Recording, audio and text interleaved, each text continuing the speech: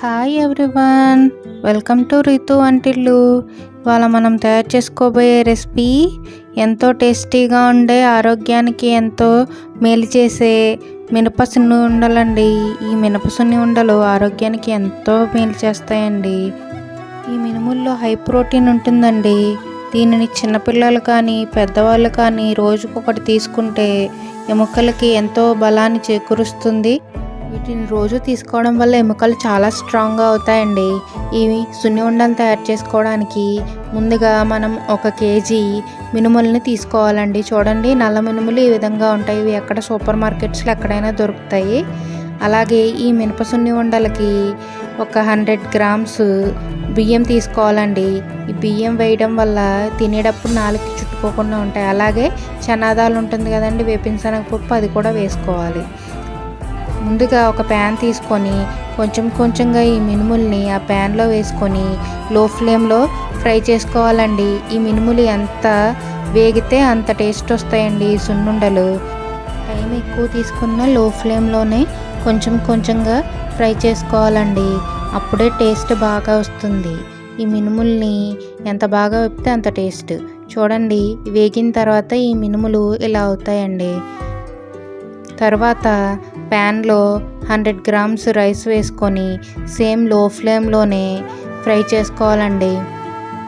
చూడండి, ఈ విధంగా కలుపుకుంటూ లో ఫ్లేమ్లో బ్రౌన్ కలర్లోకి లైట్గా వచ్చేంత వరకు ఫ్రై చేసుకోవాలి. చూడండి, ఈ విధంగా వచ్చేంత వరకు ఫ్రై చేసుకోండి.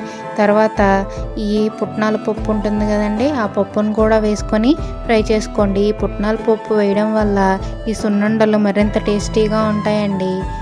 వీటిని కూడా లో ఫ్లేమ్లోనే లైట్ బ్రౌన్ కలర్ వచ్చేంత వరకు ఫ్రై చేసుకోండి. చూడండి, లైట్గా బ్రౌన్ కలర్ వచ్చాయి కదా. వీటన్నింటినీ ఒక బౌల్లో వేసుకోవాలండి. ఈ మూడింటిని వేసుకొని చల్లార్చిన తర్వాత అందులో 6-7 యాలకులను వేసుకోండి. టేస్ట్ మరింత ఇంక్రీజ్ అవుతుంది.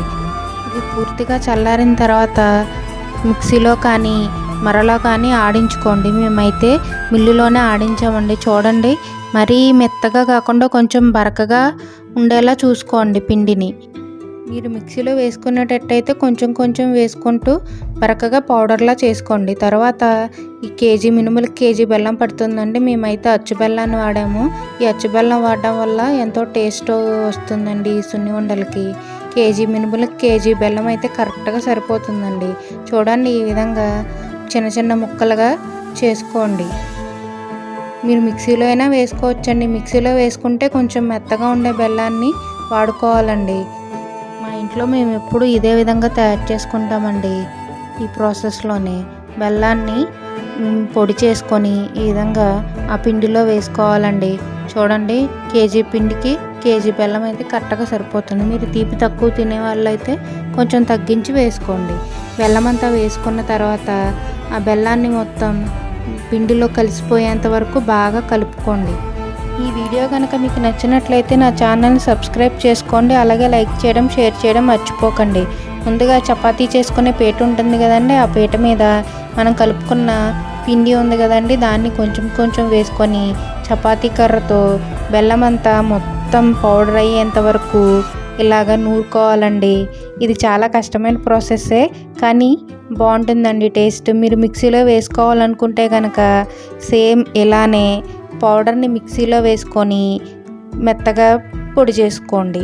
చూడండి, బెల్లాన్ని విడిగా మిక్సీ చేయకండి, పిండితో కలిపి మిక్సీ చేసుకోండి. విడిగా చేయడం వల్ల ఉండలు ముద్దగా వచ్చినట్టు అవుతాయండి. అందుకని బెల్లము పౌడర్ని కలిపి ఫైన్ పౌడర్ లాగా చేసుకోండి. అది ఈజీ ప్రాసెస్.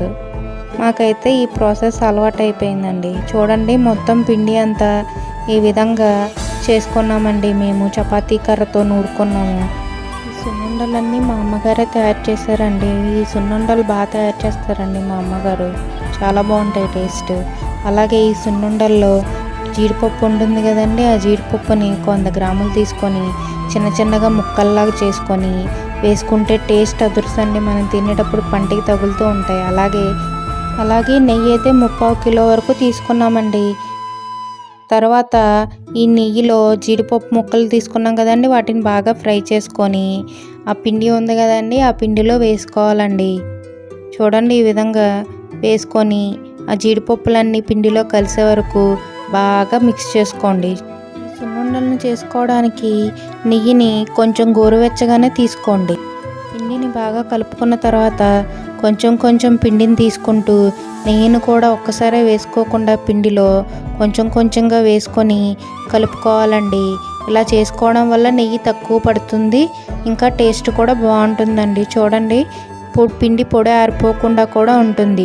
అందుకని కొంచెం కొంచెంగా పిండి తీసుకొని కొంచెం కొంచెం నెయ్యి వేసుకుంటూ కొంచెం గట్టిగా ఉండల్లాగా చుట్టుకోండి. ఈ విధంగా కొంచెం గట్టిగా ప్రెస్ చేస్తే ఉండల్లా అవుతాయి. వీటిని మీరు ఏ సైజులో కావాలంటే ఆ సైజులో తయారు చేసుకోవచ్చండి. మేమైతే చిన్నగా తయారు చేసుకున్నాం. మీరు కావాలంటే పెద్దగా కూడా తయారు చేసుకోండి. ఇవి ఏ సైజులో ఉన్నా కానీ టేస్ట్ మాత్రం అదుర్సండి. ఒక్కసారి తింటే మళ్ళీ మళ్ళీ తింటూనే ఉంటారు, అంత టేస్టీగా ఉంటాయి. జీడిపప్పులు వేసాం కదండి, అవి పంటికి తగులుతూ టేస్ట్ని మరింత ఇంక్రీజ్ చేస్తాయండి. చూడండి, ఎంతో టేస్టీగా ఉండే మినపసున్న ఉండలు రెడీ అయిపోయాయండి. ఆహా, చూస్తుంటే నోట్లో నీళ్ళు వస్తున్నాయి కదండి. నాకైతే ఎప్పుడెప్పుడు తిందామా అని ఉందండి. ఇంకెందుకండి ఆలస్యం, మీరు కూడా మీ ఇంట్లో ఈ ప్రాసెస్లో మినపసున్ని ఉండలను తయారు చేసుకొని మీ ఇంటిల్లపాది రుచి చూసేయండి. ఇవి తీసుకోవడం వల్ల ఆరోగ్యానికి ఆరోగ్యం, టేస్ట్కి టేస్ట్. మీరు కూడా తయారు చేసి ఎలా వచ్చాయో కామెంట్స్లో తెలియచేయండి. ఈ వీడియో కనుక మీకు నచ్చినట్లయితే నా ఛానల్ని సబ్స్క్రైబ్ చేసుకోండి. అలాగే వీడియోని లైక్ చేయడం, షేర్ చేయడం మర్చిపోకండి. Please like my video. Thanks for watching.